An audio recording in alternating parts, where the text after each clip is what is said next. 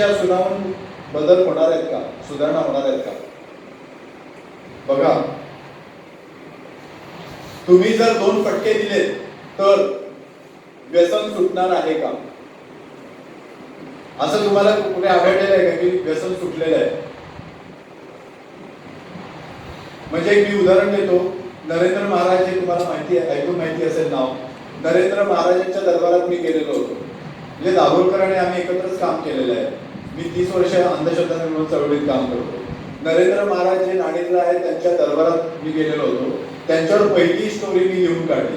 त्यावेळी मी अंधश्रद्धा निर्मूलन वार्तापत्र नावाचं जे मासिक निघायचं त्याचा मी संपादक होतो. त्यांच्या दरबारात गेलो. गेल्यानंतर माझ्या शेजारी जो भक्त बसला होता त्या भक्ताला मी सहज विचारलं की बाबा तू का आलायस इथे? तर तो असं मला म्हणाला की महाराजांकडे मी आलो. हे बघा माझ्या डोक्यावरचे केस वाढलेत ना, ते महाराजांनी माझ्या डोक्यावर हात ठेवला म्हणून वाढलेले. म्हणजे नुसता डोक्यावर त्यांनी हात ठेवला आणि केस वाढले असं तो मला सांगत होता. नरेंद्र महाराजांचं नरेंद्र लीलामृत नावाचा एक ग्रंथ आहे, त्याच्यामध्ये सुद्धा हा चमत्कार त्यांनी लिहिलेला आहे की महाराजांनी नुसतं केस डोक्यावर हात फिरवला आणि म्हणजे टकलावर हात फिरवला आणि केस उडवले. आता असा चमत्कार घडू शकतो का? असा चमत्कार पण महाराज जर मोठा असेल तर का घडणार नाही? दैवी शक्ती असते ना का नसते? दैवी शक्ती असते की नसते? नसते. मग दैवी शक्ती जर नसते तर मग आपण स्मशान किंवा अमावस्या किंवा पौर्णिमा का पाळतो? कशासाठी पाळतो? का आपण अमावस्या पाळतो सांगा? हा, कशाची? कोणापासून?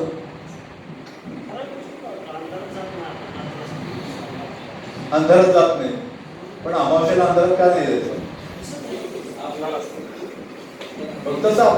मग ते रोजच भीती असणार आहे. अमावस्याला जायचं नाही असं का? का बॅटरी नाही तुमच्याकडे? बॅटरी असताना आता काय घाबरायचं कारण आहे? पूर्वीच्या काळी लाईट नव्हत्या, ठीक आहे. आता मोबाईल मध्ये सुद्धा बॅटरी आली. मग आपण का जाऊ नये अमावस्याला? हा, स्वतःची कोणाची कोणापासून भीती वाटते?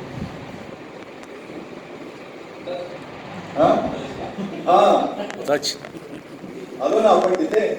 म्हणजे काय अशी काहीतरी अज्ञात शक्ती आहे ना? बघा, अशी अतिंद्रिय अज्ञात काहीतरी शक्ती आहे असं तुमचं ठाम मत असतं. आणि असं जर असेल तर तुम्ही त्या ठिकाणी घाबरणार की नाही?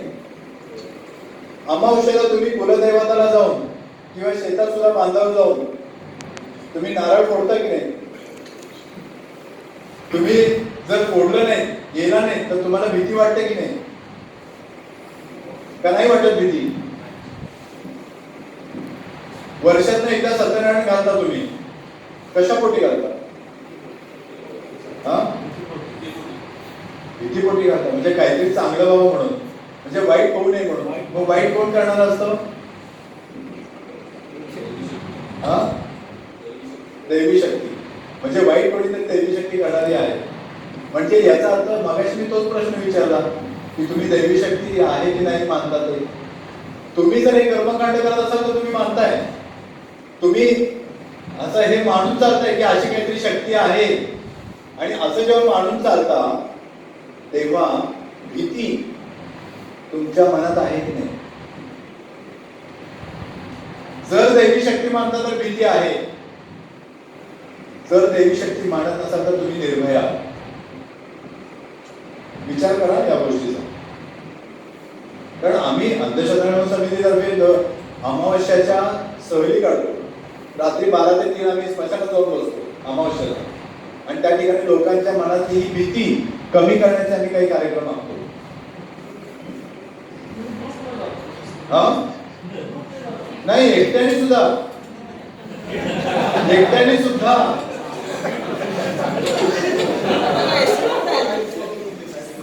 तुमची तयारी असेल तर सांगा, माझ्यावर चला, आपण दोघे मिळून जाऊया.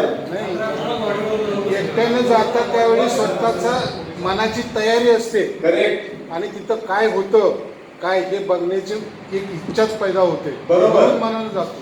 म्हणजे त्या आणि जो ठिकाणी- दुसरा व्यक्ती आहे हा. तो अचानक गेलेला असतो, हा. त्याला कुठंतरी काय थोडंसं जरी हे झालं पण तिथं अचानक जरी गेला तरी काहीतरी झाडाची पाने सळसळ वाजली तरी मनात त्याचा विचार कोणता येतो? हा, म्हणजे काय डोक्यात ठेवलेलं आहे? हा. बघा, म्हणजे तुमच्या डोक्यात ते बसलेलं आहे. करेक्ट, पूर्वजांनी बसवलेलं आहे. त्यालाच म्हणतात रूढी परंपरा. रूढी परंपरेनं आलंय ते मी पुढे वाहून देतोय. हा, गाव नको भूत आहे. बरोबर. साताऱ्याजवळ गोदेमाळ नावाचं गाव आहे, मेढ्याच्या अलीकडे. त्या गोदेमाळ गावात तिथं एक प्रथा चालते, भैरवनाथाचं फळ म्हणून. त्या ठिकाणी डोंगरावर ते गाव बसलेलं आहे. 2 महिने ते गाव, अख्खं गाव सोडून खाली येतो. काय येतं? तर गावात भैरवनाथाची पालखी निघते आणि पालखी निघते, वेताळ सगळे फिरतात म्हणून गाव, अख्खं गाव सोडून जानेवारीच्या शेवटच्या आठवड्यात, फेब्रुवारीच्या पहिल्या आठवड्यात खाली येऊन बसतात. नेमक्या त्यावेळी परीक्षा आलेल्या असतात मुलांच्या आणि उड्यावर येऊन बसतात थंडीमध्ये. त्या ठिकाणी आम्ही सर्वजण, दाभोळकर पण होते त्यावेळी, आम्ही सर्वजण तिथे जाऊन सगळ्यांनी बसून तिथे दाखवलं. गावात 3 दिवस आम्ही बसून राहिलो अमावस्येच्या दिवशी. त्या ठिकाणी मंदिरात, स्मशानभूमीत असलेलं मंदिर भैरवनाथाचं, त्या मंदिरात मी एकटा गेलेलो होतो आणि आज मला गावकऱ्यांनी चॅलेंज केलं होतं, तुम्ही जाऊन दाखवा, बघा भैरवनाथ तुम्हाला जाळून टाकतो तिथे गेल्यानंतर. अमावस्येच्या त्या रात्री मी मंदिरात गेलेलो होतो. तिथं जाऊन तिथली ती घंटी काढली होती आणि घंटी काढून ती वाजवत वाजवत खाली डोंगरावरनं खाली उतरून गावकऱ्यांनी दाखवलेली होती. भीती ही जर माझ्या मनात असती, कोणाची? भूताची. भूत हे काल्पनिक आहे का वास्तव आहे? काल्पनिक आहे. वास्तवात आतापर्यंत कुठेच भूत दिसलेलं नाही किंवा नसतंच. भूत म्हणजे मनाची भीती थोडक्यात. तर ती भीती माझ्या मनात जर असेल तर त्या भीतीला मी दूर करण्यासाठी मी काय आधार कशाचा घेतो? मी कर्मकांडांचा आधार घेतो. मी कुठेतरी पूजा अर्चा विधी करतो. मी कुठेतरी काहीतरी सत्यनारायण घालतो. मी कोंबडा, लिंबू, बोकड कापणं हे सगळं मी करतो. हे सगळं मी करतो ती भीती घालवण्यासाठी करतो. ही भीती जर माझ्या मनात असेल तर हीच भीती मग मला निश्चितपणे व्यसनाकडे ढकलू शकते की नाही? व्यसनाकडे घेऊन जाते. भीती सुद्धा व्यसनाकडे नेते. त्या भीतीपासून दूर पडण्यासाठी व्यसनाधीन होतो माणूस. आणि असं व्यसन हे तर कधीच संपत नाही. म्हणजे ही भीती मनामध्ये निर्माण समाजाने केली का तुमच्या मूळची मनामध्ये आहे? समाजाने केली. व्यसनाचं पण तसंच आहे. व्यसन हे समाजातून शिकून आपण एक वेळ व्यसनाधीन होतो किंवा आपल्या शरीरात पण ते असतं. उदाहरणार्थ दारू पिणं हे जेनेटिक पण असू शकतं, जीन्स मध्ये पण असू शकतं. वडील आजोबा दारू पिणारे असतील तर ते पुढच्या पिढ्यांमध्ये कुणामध्ये तरी उतरतं. मग त्याला किती जरी सांगितलं तरी तो दारू सोडत नाही. तो दारू पितच राहतो. त्याचा एक जीन असतो. तो जीन जर त्याच्यामध्ये उतरला तर मग संपलं. पण जर परिस्थितीत तो उद्भवला असेल तर ती व्यक्ती दारू सोडते. नरेंद्र महाराजांचे भक्त, मगाशी मी विषय काढला तो, ते भक्त एके दिवशी माझ्या दवाखान्यात घुसले. कारण नरेंद्र महाराजांना मी चॅलेंज केलं होतं की तुमचे चमत्कार सिद्ध करून दाखवा. आपला जादूटोणा विरोधी जो कायदा आहे, महाराष्ट्र नरबळी, अघोरी, अनिष्ट प्रथा आणि नरबळी, अघोरी, अनिष्ट प्रथा आणि चमत्कार यांना प्रतिबंध करणारा हा कायदा आहे. आणि हा कायदा 2013 चा कायदा. या कायद्याप्रमाणे जवळपास 13 कलम आहेत आणि त्या 13 कलमानुसार आपल्याला अशा महाराज बुवांवर कारवाई करता येते. म्हणजे त्या कायद्याप्रमाणे चमत्कार, भूत, अंगात येणं, दैवी शक्ती असं सांगून लोकांना ठकवणं आणि फसवणं आणि कुठल्या तरी मंतरलेल्या गोष्टी आहेत माझ्याकडे म्हणून सांगणं आणि पैसे काढणं, माझ्याकडे दैवी शक्ती म्हणून स्त्रियांशी लैंगिक संबंध ठेवणं, असे त्याची ती कर्म आहे. आणि ही जी कर्म आहे या कर्माप्रमाणे आपल्याला त्यांच्यावर कारवाई करता येते. आणि अशा अनेक केसेस आपण सांगली जिल्ह्यामध्ये केलेल्या आहेत. मी स्वतः वैयक्तिकरित्या 1988 पासून आज अखेरपर्यंत जवळपास 300 बुवा पकडलेले आहेत. तेव्हा तर कायदा नव्हता, आता तर कायदा आहे. आताच्या कायद्याप्रमाणे आम्ही त्यांच्यावर केसेस पण टाकले आणि त्या कोर्टात चालू पण आहेत आता. पण त्याच्याही पूर्वी कायदा नसताना आम्ही 420 खाली किंवा इतर कायद्यांचा आधार घेऊन आम्ही त्यांच्यावर केसेस केलेल्या आहेत आणि त्या मोठ्या मोठ्या बुवांवर पण केलेल्या आहेत. उदाहरणार्थ हातात अंगठी घालून अंगठीमुळे तुमची राशी जी आहे ती राशी चांगली होऊन तुम्हाला सुख मिळेल असं सांगणारा पटवर्धन ऍस्ट्रॉलॉजिकल इन्स्टिट्यूट म्हणून बडोद्याला असलेला मोठा माणूस सांगलीत आला होता 1998च्या साली. त्यावेळी आम्ही त्याच्यावर कारवाई केली, त्याच्यावर वेगळा केस दाखल केली. किंवा हैदराबादचा माणूस आला होता, त्याने असं सांगितलं होतं की दमा जर बरा करायचा असेल तर जिवंत मासा तोंडात सोडतो आणि तुमचा दमा बरा करतो. जिवंत मासा तोंडात ठेवून दमा बरा होत नाही. हे सर्व काही माणसं मेली त्याच्यामुळे घशात अडकून, तर इथं आल्यानंतर आम्ही त्याला अटक केलेली. म्हणजे कायदा जो आहे तो कायदा आहे आपल्याकडे. पण या ठिकाणी दवाखान्यात माझ्या घुसलेली जी मंडळी होती ती मला असं सांगत होती की अहो तुम्ही नरेंद्र महाराजांना नावं ठेवता, पण आम्ही आलेलो आहोत 22 लोक. आम्ही 22 लोक जे आहोत ना, आम्ही 22 लोकांनी नरेंद्र महाराजांमुळे दारू सोडलेली आहे. ते काय म्हणाले, आम्ही दारू सोडलेली आहे. दारू सोडलेली आहे, नरेंद्र महाराजांनी आम्हाला आशीर्वाद दिला म्हणून आम्ही दारू सोडलेली आहे.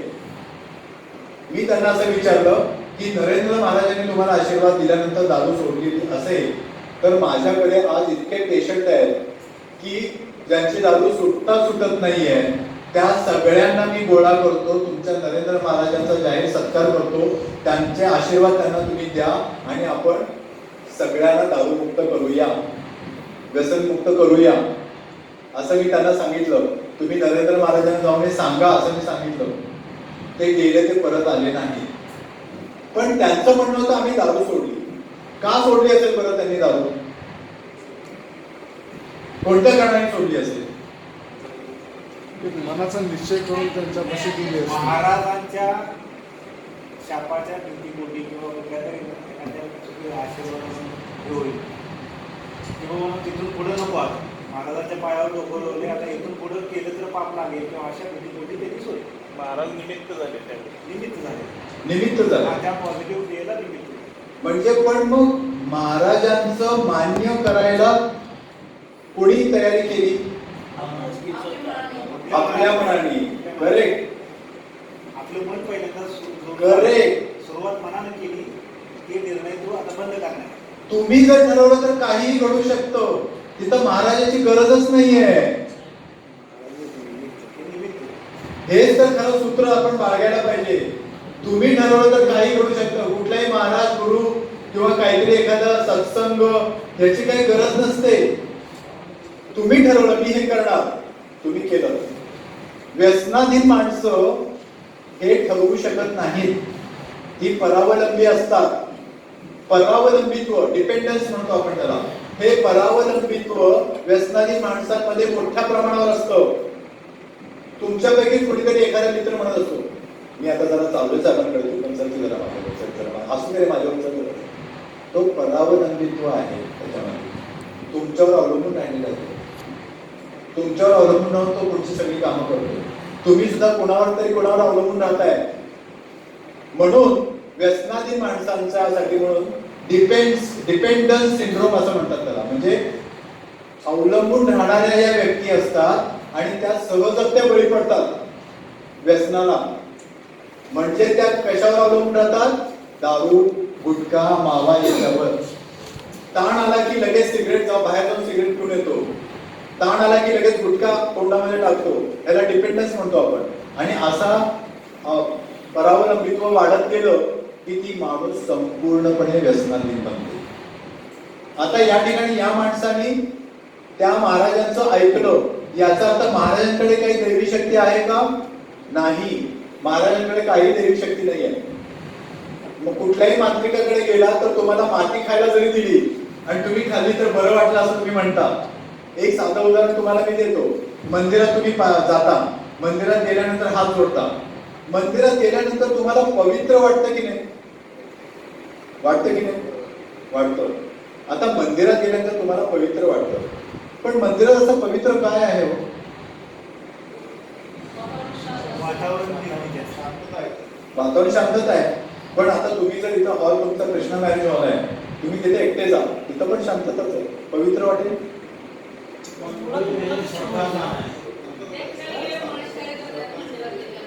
कसली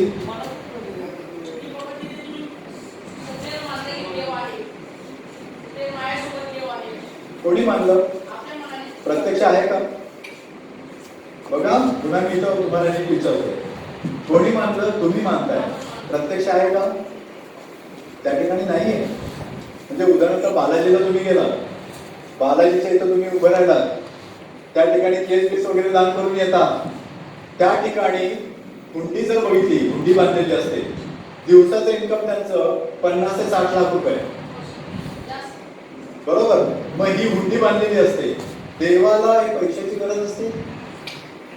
तुम्ही गेला तर तुम्हाला शांत वाटतं ना तिथे? त्या ठिकाणी प्रशासक का नेमला? म्हणजे शांतता ही तुम्ही स्वतः मानण्यावर अवलंबून आहे का अमुक एका जागेत गेल्यावरच मिळते असं आहे?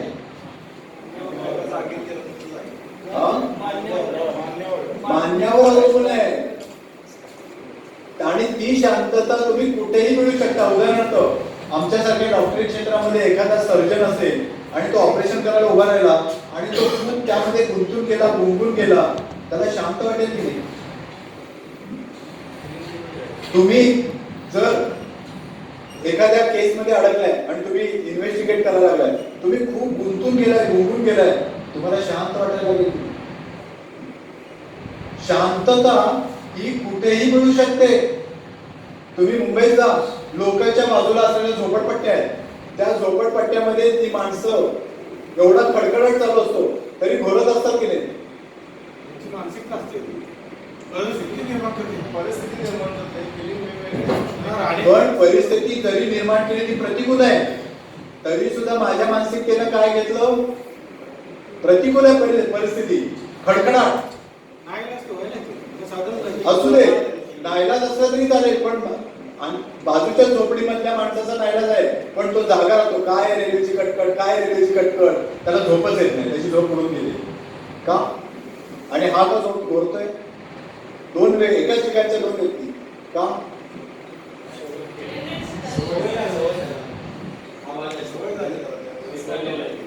स्वीकारलेला आहे. करेक्ट.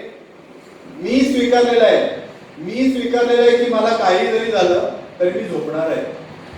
स्वयंसूचना दिली मी स्वतःला की मी असंच करणार आहे. व्यसनाधीन माणसांमध्ये स्वयंसूचना घेण्याची शक्ती पूर्णपणे नाहीशी झालेली असते. सेल्फ सजेशन त्यांना देता येत नाही. व्यसनाधीन व्यक्ती ही पूर्णपणे परावलंबित्व तर असतेच, पण स्वतःच्या मनाला घट्ट करण्याची जी क्षमता असते ती गमावलेली असते. म्हणून तुम्ही एकदा दारू प्यायला सुरुवात केली आणि तुमच्या याच्यामध्ये जर समजा ही शक्ती निर्माण न होता घटत गेली तर तुम्ही व्यसनाधीन होण्याकडे लागता. देव मानणं न मानणं ही वैयक्तिक बाब आहे प्रत्येकाची, पण ती प्रत्येक जण स्वतःच्या शांततेसाठी मानत असतो ना. खरं तर देव आहे की नाही माहित पण नाही कोणाला, पण आपल्या शांततेसाठी आपण ती मानत असतो. आणि शांततेसाठी जर मानत असू तर लक्षात ठेवा की तुमचं मन किंवा तुमचं मानसिकता हाच मोठा फॅक्टर ठरतो. जी व्यक्ती ही मानसिकता अशी बाळगणारी असते, पण समाजातल्या दबावामुळे किंवा नाराजीमुळे किंवा स्वतःच आनंदी व्हायचं म्हणून जेव्हा व्यसनाधीन होते तेव्हा अशी व्यक्ती बदलू शकते. पण जेनेटिक दृष्ट्या जर ती बिघडलेली असेल तर ती व्यक्ती कधी बिघडत नाही. म्हणून व्यसनमुक्ती केंद्रात घेऊन टाकलं, महिनाभर टाकलं आणि मग तो बंद केलं, पुन्हा 6 महिन्यांनी प्यायला सुरुवात केली. अशा स्टोऱ्या तुम्ही ऐकता. त्याचं कारण ते जेनेटिक आहे, ती व्यक्ती बदलणार नाही.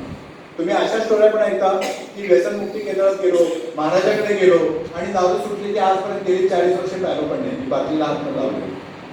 याचं हे 2 कारणं जी असतात त्याच्यामध्ये पुन्हा आपलं मानसिकता बिघडवणारी गोष्ट म्हणजे व्यसन असते. आता मला एक सांगा की व्यसनाधीन होणं ही जी गोष्ट आहे याच्यामध्ये मगाशी मी तुम्हाला असं म्हटलं की मन हे तुमचं घट्ट पाहिजे.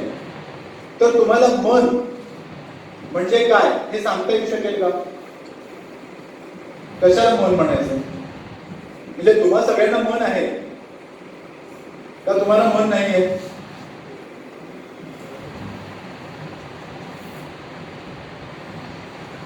थोडी बेसिक गोष्ट तुम्हाला मी विचारतोय, मन म्हणजे काय?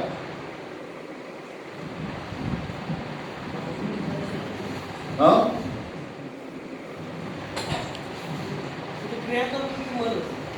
काय ते? नाही, काय आपल्याला देते ते सांगू नका. मन म्हणजे काय हे पाहिजे आपल्याला.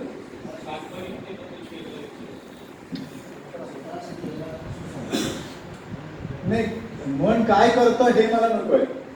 मन म्हणजे काय हे हवंय. मन म्हणजे भावना. म्हणजे मला राग आलाय, मला आनंद झालाय म्हणजे मन. बघा, विचार करून बघा, मन म्हणजे काय.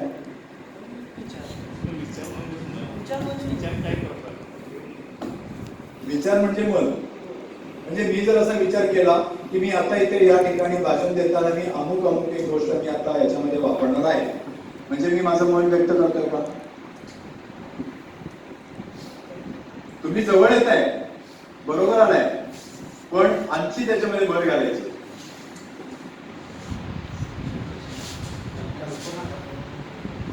कल्पना ही मनाने केलेली असते. मन करते कल्पना.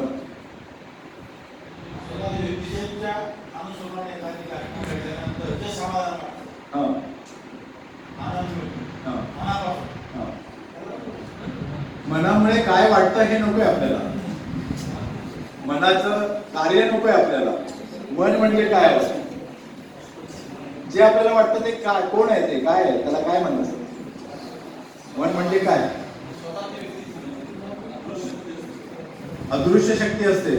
मग तुमचं मन अदृश्य आहे का?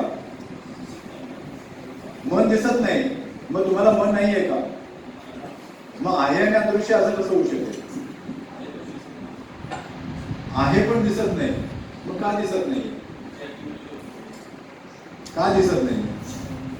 का दिसत नाही? हा, बघा, विचार करण्याची गोष्ट आहे.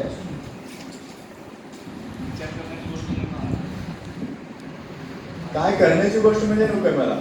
म्हणजे कोण? मन म्हणजे कोण? सिंपल आहे त्याचं उदाहरण. मी तुम्हाला साध्या गोष्टी सांगतो. तुम्ही आता माझ्याकडे सगळेजण बघत आहात, राईट? आणि बघत असताना कान उघडे आहेत आणि कानाने तुम्ही ऐकत आहात. आणि त्याच वेळी तुम्ही तुमच्या शरीराला स्पर्श करून खुर्चीवर बसलेले आहात. आणि त्याच वेळी तुमच्या तोंडामध्ये आता जे जेवण आलेलं आहे त्याचं सगळं काहीतरी चव एक रेंगाळते.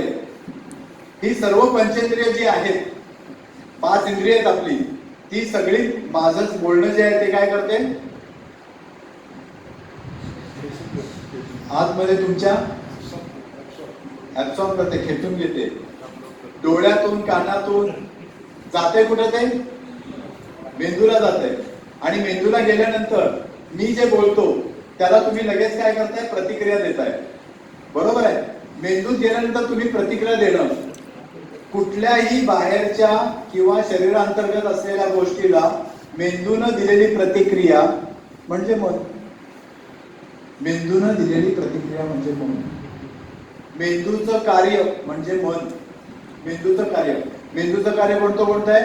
मग इथं कोणीतरी म्हणाला भावना, हे मेंदूचं कार्य आहे. विचार हे मेंदूचं कार्य आहे. बुद्धिमत्ता मेंदूचं कार्य आहे. दृष्टिकोन मेंदूचं कार्य आहे. मेंदूचे असे अनेक कार्य आहेत आणि मेंदूचे सेंटर आहेत. आता मी इथं भाषण दिलं, त्यातलं काही गोष्टी तुम्ही लक्षात ठेवणार तर ते मेंदूत कुठे जाऊन बसणार? स्मृती केंद्रामध्ये, मेमरी सेंटरमध्ये. आणि मेमरी सेंटरमध्ये जाऊन बसतं. मगाशी तुम्ही जो उल्लेख केलात ना की आपण कुठून तरी शिकतो दारू प्यायला, किंवा आपल्याला डोक्यामध्ये काहीतरी आपण ठेवलेलं असतं. हे जे आहे ते लहानपणापासून रूढी परंपरा निर्माण झाल्यामुळे ठेवत असतो. हे तुमच्या मेमरी सेंटरमध्ये तुम्ही गोळा करून ठेवलेलं आहे. आणि मेमरी सेंटरमध्ये जे गोळा करून ठेवले लहानपणापासून आतापर्यंत, ते सगळं बरोबर, संपूर्ण बरोबर, 100% बरोबरच आहे का? चुकीचं काहीच भरलेलं नाही का मेंदूत तुम्ही मेमरी सेंटरमध्ये? असं नाहीये, चुकीचं सुद्धा भरून ठेवलेलं आहे. आणि चुकीचं पण भरून ठेवलेलं आहे. ते चुकीचं काय हे तुम्ही तपासलंय का कधी? कधीच नाही तपासलेलं. तुम्ही जे बरोबर आहे तेच ठेवलेलं आहे, चुकीचं आहे ते पण ठेवलेलं आहे. चुकीचं काय आहे माझ्या मेंदूमध्ये हे तपासून तुम्हाला दुरुस्त करून देणारी व्यक्ती म्हणजे काउन्सिलर किंवा सायकोथेरपिस्ट असते. त्याला सायकोलॉजिस्ट असं म्हणतात. सायकोलॉजिस्ट तुमच्या डोक्यात कुठले विचार चुकीचे तयार होऊन बसलेले आहेत ते दुरुस्त करून देणारी व्यक्ती, ती म्हणजे सायकोलॉजिस्ट. तुमच्या मेंदूतच दोष आहे आणि मेंदूत कुठेतरी गाठ झाली आहे किंवा मेंदूतली रसायनं बिघडलेली आहेत, म्हणजे मेंदूतच दोष आहे, ते दुरुस्त करणारे डॉक्टर म्हणजे न्यूरोलॉजिस्ट. त्यांना मेंदू तज्ञ म्हणतात. आणि मेंदूत असा बिघाड होऊन तुम्ही विचित्र वागायला लागलेले आहात. विचित्र म्हणजे कसं? दारुडी व्यक्ती तुम्हाला माहिती कशी वागते, तुम्ही बघता नेहमी. किंवा तुम्ही कुठल्या तरी कचऱ्याच्या ठिकाणी गेलात तर त्या ठिकाणी काही एक व्यक्ती खात बसलेली असते, काही ना काहीतरी खात बसलेली असते. अशी व्यक्ती जी खात बसलेली असते ती व्यक्ती अशा हवेत बडबडत असते. काय कुठं? तुम्ही धार्मिक ठिकाणी गेलात कुठेही, म्हणजे अगदी दर्ग्यात जरी गेलात कुठल्याही किंवा मंदिराच्या ठिकाणी, तिथे अशा व्यक्ती बोलत असतात. हा आलं आलं, हा किती छान, मस्त मस्त मस्त, अशी ती बडबडत असतात स्वतःशीच. तुम्ही म्हणता देवाशी काहीतरी त्यांचं देवाणघेवाण चालू आहे. ऍक्च्युली तर तसं नसतं. त्यांना शिझोफ्रेनिया नावाचा रोग असतो. त्याला मानसिक विकृती म्हणतात, शिझोफ्रेनिया किंवा छिन्नमनस्कता असं म्हणतात. आणि हा जो रोग आहे हा रोग मेंदूतले रसायन बिघडल्यामुळे होतो. त्याला ट्रीटमेंट घ्यावी लागते. आणि आज जगातला नंबर 1 चा रोग कोणता आहे? डिप्रेशन, विषाद, निराशा विकृती. साध्या साध्या गोष्टीत नाही येणारी निराशा. आणि आजचं सगळ्यात मोठं व्यसन कोणतं आहे? मोबाईल. मोबाईल हे सगळ्यात मोठं व्यसन आहे. गॅम्बलिंग, जे आपण मगाशी म्हटलं, मटक्याच्या बाजूला जसं आपण जातो ना, तिथं जाऊन तुम्ही लगेच धाडी टाकून बंद करता. पण तुम्ही बसता रात्री 1-1, 2-2 वाजेपर्यंत, तुमच्यावर कोण धाड टाकणार? तुम्ही फेसबुक, व्हॉट्सअप सगळं वर खाली करत असता की नाही सारखं. झोप तुमची सगळी मोडते नाही त्याच्यामध्ये. इव्हन तो कार्यक्रम चालू असताना मगाशी मॅडम ओरडल्या मोबाईल घ्यायचा नाही आतमध्ये म्हणून. का? कार्यक्रम चालू असताना सुद्धा, लग्न चालू असताना सुद्धा, मीटिंग चालू असताना सुद्धा मोबाईलवर तुमचं चालू असतं. हे ऍडिक्शन आहे, व्यसन आहे मोबाईलचं. आणि या मोबाईलच्या व्यसनाचं टोक म्हणजे काय? पबजी मुळे आता मुलं आत्महत्या करायला लागलेली आहेत. हे व्यसन आहे. आणि या व्यसनातच हे सगळं निर्माण व्हायला लागलेलं आहे. आणि हे व्यसन आधुनिक व्यसन आहे. नेटवर जाऊन बघणे. सगळ्यात मोठं व्यसन जर ऍडल्ट्सना लागलेलं कोणतं असेल? पोर्नोग्राफी बघणे. तासन तास पोर्नोग्राफिक साईट्सवर जाऊन पोर्नोग्राफिक सगळे क्रिया बघत राहणे हे व्यसन आहे. 2-2, 2.5 तास कसे घालवतात ते कळत पण नाही. व्यसन आहे. जेव्हा 1 तासापेक्षा जास्त वेळ तुम्ही मोबाईलवर राहता दिवसभरात 1 तासापेक्षा जास्त वेळ राहता, तेव्हा तुम्ही असं गृहीत धरा तुम्ही व्यसनाकडे चाललेले आहात. आणि मगाशी आपण ज्याच्यावरनं हा विषय सुरू केला तो म्हणजे मटका, किंवा याच्यावरनं काय शरीरावर परिणाम होतात? शरीरावर नव्हे, मेंदूवर परिणाम होतात, शरीरातल्या मेंदूवर. पबजी हा मेंदूवर परिणाम करतो, डिप्रेशन आणतो. डिप्रेशन म्हणजे काय? मी गेम खेळत असताना मला तिथं अमुक एक गोष्ट पाहिजे होती ती मिळाली नाही, मग मी संतापणं, चिडणं, मला काहीच जमत नाही असं मी समजणं आणि दुःख वाटणं. आणि दुःख वाटून घेऊन मी काय करणं? आत्महत्या करून मोकळं. आत्महत्या कोण करतो? आत्महत्या हे ज्यांना डिप्रेशन आले त्याच व्यक्ती करतात. व्यसनांमुळे डिप्रेशन येतं. आणि व्यसनांमुळे जेव्हा डिप्रेशन येतं तेव्हा व्यक्ती आत्महत्या करतात. तुम्हाला माहिती आहे पोलीस खात्यामध्ये सुद्धा कित्येक मोठमोठ्या अधिकाऱ्यांनी आत्महत्या केलेल्या आहेत. हे डिप्रेशनचं लक्षण आहे. आणि त्याच्याशी व्यसन सुद्धा जोडलेलं असतं. जर मेंदूवर परिणाम करणारा, तुमच्या वागण्यावर परिणाम करणारी व्यसनं असतील तर अशी व्यसनं आपल्याला थांबवावी लागतील. अशी व्यसनं आपल्याला दूर करावी लागतील. याच्यासाठी काय करायचं? पहिल्यांदा आपल्या स्वभावामध्ये बदल घडवायचा. स्वभावामध्ये बदल कसा घडवायचा? मगाशी मी तुम्हाला म्हटलं 2 प्रकाराने माणसं वागतात. एक म्हणजे गप्प बसणं किंवा चिडणं. गप्प बसणं किंवा चिडणं याच्या ऐवजी तुम्ही तिसरी पद्धत वापरायला पाहिजे, जी शिकून घ्यावी लागते. ती कोणती पद्धत? त्याला असर्टिव्ह पद्धत म्हणतात, आत्मनिर्भर पद्धत म्हणतात. तुम्ही गप्प न बसता, न चिडता, शांतपणे कुठल्याही परिस्थितीला तोंड देणं आणि हाताळणं याचं ट्रेनिंग तुम्हाला घेणं गरजेचं आहे. हे ट्रेनिंग आम्ही आकार फाउंडेशन तर्फे देत असतो. आता आमच्या 6 बॅचेस बाहेर पडल्यात, हे सांगलीमध्ये चालू आहे. ऍक्च्युली हे पुण्या मुंबईला दिलं जातं. कॉग्निझंट सारख्या मोठ्या मोठ्या ज्या कंपन्या आहेत त्यांचे जे मोठे एक्झिक्युटिव्ह असतात त्यांच्या हाताखाली 100 आणि 1000 माणसं असतात.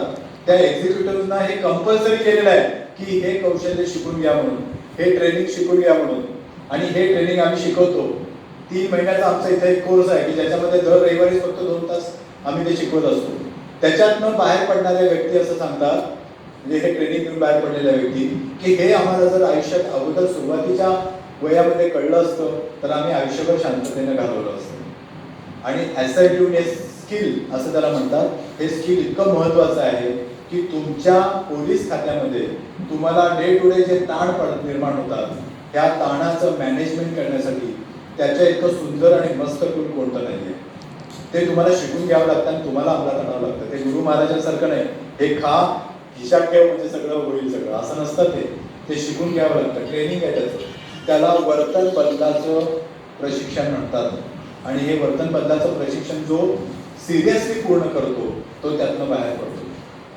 हे तुम्हाला करणं गरजेचं आहे. तुम्हाला जर व्यसनांकडे जाणारा जो ताणाचा दरवाजा आहे तोच मोडून काढायचा असेल तर तुम्हाला ॲसर्टिव्हनेस ट्रेनिंग घेणं गरजेचं आहे. आणि तो त्याच्यावरचा उपाय आहे. एकदा व्यसन सुरू झालं की त्याच्यासाठी सायकियाट्रिस्ट तुम्हाला गोळ्या देतो, पण त्या गोळ्यांनी तात्पुरतं कमी होतं, परत 4थ्या दिवसापासून सुरू होतं. त्यामुळे व्यसनावर औषध नाही. व्यसनावर एकच औषध आहे, ते म्हणजे तुमच्या ताणाला मोडून काढणं आणि मोडून तुम्ही स्वतः काढणं, तुमच्या वागण्यात बदल घडून काढणं. तुम्ही ज्या समजुती बाळगलेल्या आहेत त्या समजुती मोडून काढून तुम्ही त्या ठिकाणी जाणं. आणि तुम्ही तेवढं केलं. मगाशी मी म्हटलं की देवाच्या ठिकाणी गेल्यानंतर तिथं पवित्र मंदिरात काय नसतं, आपल्याला वाटतं म्हणून, म्हणजे आपणच पवित्रता तयार केलेली असते. आपणच तयार करणं आपल्या स्वभावाला. ही गोष्ट तुम्ही जर घडवली फारसं काही करायची गरजच होणार नाही. पोलीस खातं सक्षम होईल, कितीतरी सक्षम होईल, कारण तुमचे ताण हँडल करणं सोपं जाईल. आणि सगळ्यात महत्वाची गोष्ट त्या ट्रेनिंगमध्ये आम्ही काय शिकवतो, जर समजा तुम्ही 2, 3, 4 आणि 100 लोक एकत्र आलात, तुम्ही एकमेकांशी कसं बोलायचं, कसं वागायचं आणि कशा पद्धतीनं वागलं की दोघेही शांत राहतील, हे सुद्धा ट्रेनिंग त्याच्यातून मिळतं. त्याला इंटरपर्सनल कम्युनिकेशन स्किल म्हणतात. आणि हे स्किल आता सेंट्रल गव्हर्नमेंट चालू झालंय. सेंट्रल गव्हर्नमेंटने आता कुठे कॉलेजेसमध्ये शिकवा म्हणून आता आदेश काढलेले आहेत. लक्षात घ्या की हे ट्रेनिंग तुम्ही जर घेतलं तर व्यसनांपासून तुम्ही कायमचे लांब राहाल. कारण तुम्हाला हे लक्षात येईल की हे सगळे स्वभावाचे आणि मनाचे खेळ आहेत. आणि हे मनाचे खेळ आपल्याला दुरुस्त करता येऊ शकते. हे या ठिकाणी मी त्याच्यावरचा उपाय सांगून मी या ठिकाणी थांबतो. तुम्हाला या सगळ्या गोष्टींवर आता काही प्रश्न पडले असतील तर तुम्ही मला प्रश्न विचारा.